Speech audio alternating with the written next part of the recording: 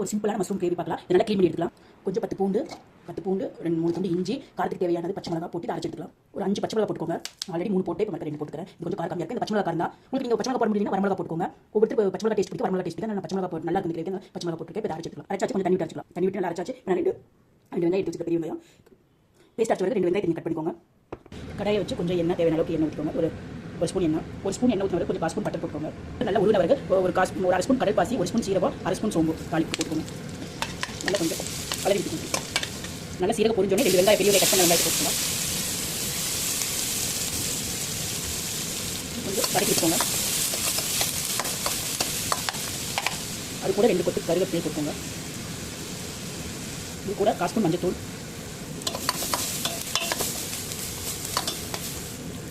வெங்காயம் கொஞ்சம் வதங்கின வரைக்கும் ஒரு கைப்பிடி கொத்தமல்லி தழை,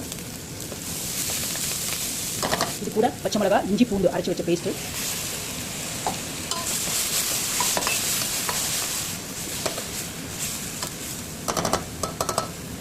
இதில் கொஞ்சோண்டு ஒரு 1/4 டம்ளர் தண்ணி விட்டு இதில் ஊற்றிக்கோங்க. இல்லை பற்றி யூஸ் பண்ணி கொஞ்சம் பச்சை வாசனை போயிடுச்சு. கொஞ்சம் 1/4 டம்ளர் தண்ணி. இது நல்லா குக் ஆகும். இதில் நல்லா சிம்மில் வச்சுக்கோங்க. நல்லா பச்சை வாசனை போட்டு நம்ம அதுக்குள்ளே வந்து நான் 8 தக்காளி எடுத்து வச்சுருக்கேன். நம்ம மஷ்ரூமுக்கு வந்து வெறும் தக்காளி தான். அதனால் 8 தக்காளி க்ளீன் பண்ணி கட் பண்ணிக்கலாம். பச்சை வாசனை போயிடுச்சு. நம்ம தக்காளி போட்டுக்கலாம்.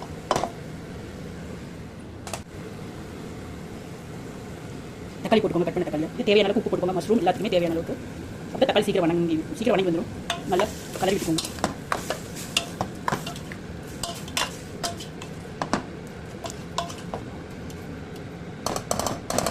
நல்லா கலரி விட்டு சிம்மில் வச்சு ஒரு மூடி போட்டு மூடி வச்சுருங்க. ஒரு 10 நிமிஷத்தில் தக்காளி வெந்து வந்துடும். மூடி போட்டு மூடியில் காரத்துக்கு ஆல்ரெடி தேவையான பச்சை மிளகா போட்டாச்சு. கொத்தமல்லி தூள் 1 ஸ்பூன் போட்டுக்கோங்க. இப்போ பச்சை மிளகா போட பிடிக்கலையே இப்போ வரமிளகா தூள் போட்டுக்கலாம். நல்லா இதை கலரி விட்டு மூடி வச்சுக்கலாம். தக்காளி போட்டோடனே உப்பு போட்டோடனே தண்ணி விட ஆரம்பிச்சு மூடி போட்டு ஒரு 5 நிமிஷம் மூடி சிம்மில் வச்சு குக் பண்ணிக்கலாம்.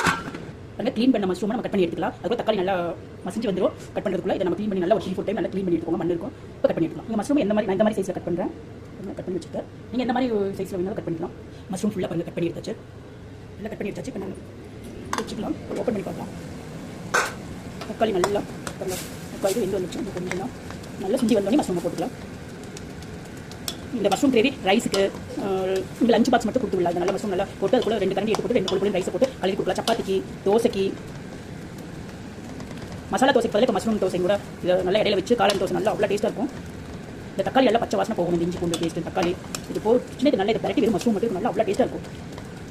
நீங்கள் வந்து குக்கும்பர் கூட நீங்கள் கட் பண்ணி சேலட் மாதிரி கட் பண்ணி போட்டு இந்த மஷ்ரூம் கிரேவி ஒரு 2 கரண்டி போட்டு அதை பரட்டி கூட சாப்பிடலாம். அவ்வளோ டேஸ்ட்டாக இருக்கும். சப்பாத்திக்கு, ரொட்டிக்கு, தோசைக்கு, ரைஸுக்கு எல்லாத்துக்குமே நல்லாயிருக்கும்.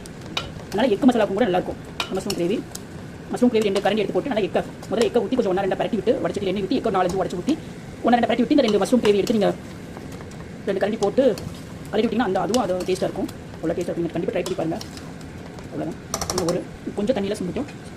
ஒரு 2 நிமிஷம் மூடி போட்டு வச்சுக்கலாம். சுண்டினோடனே நம்ம காளான் எடுத்து உள்ள போட்டுக்கலாம். தக்காளி நல்லா வெந்து வந்துட்டு நல்லா சுண்டி தண்ணியில் சுண்டி நல்லா இது கொஞ்சம் நல்லா மசிச்சு விட்டுக்கோங்க.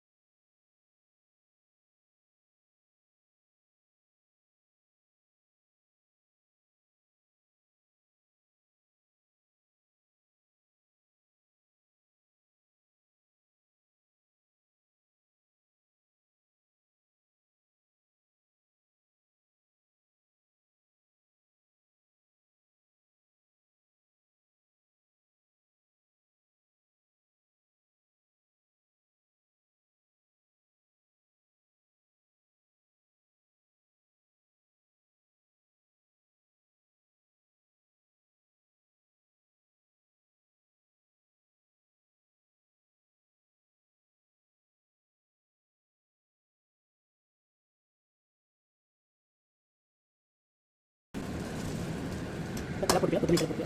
கொத்தமல்லி தலை போட்டுக்கலாம். Mushroom gravy ready. நீங்களும் செஞ்சு பார்த்து எப்படி கொஞ்சம் ஓகே பாருங்கள். சிம்பிள் தான். ஒரு வெங்காய தக்காளி மஷ்ரூம் அவ்வளோதான். அவ்வளோ டேஸ்ட்டாக இருக்கும். அது நீங்கள் நான் மசாலா தோசை தான் சுட போகிறேன். தோசை மஷ்ரூம் கிரேவி மேலே வச்சு மசாலா தோசைக்கு பதிலாக மஷ்ரூம் மசாலா தோசை தான் ரெடி பண்ண போகிறேன். நீங்கள் கண்டிப்பாக செஞ்சு பார்த்து எப்படின்னு சொல்லி பாருங்கள். இந்த மஷ்ரூம் கிரேவியை நம்ம எக்கு கூட வைக்கலாம். எக்கு மசாலா மாதிரி வச்சு கூட சாப்பிடலாம். ஏன்னா டொமேட்டோ போட்டுக்கிறதுனால அவ்வளோ டேஸ்ட்டாக இருக்கும்.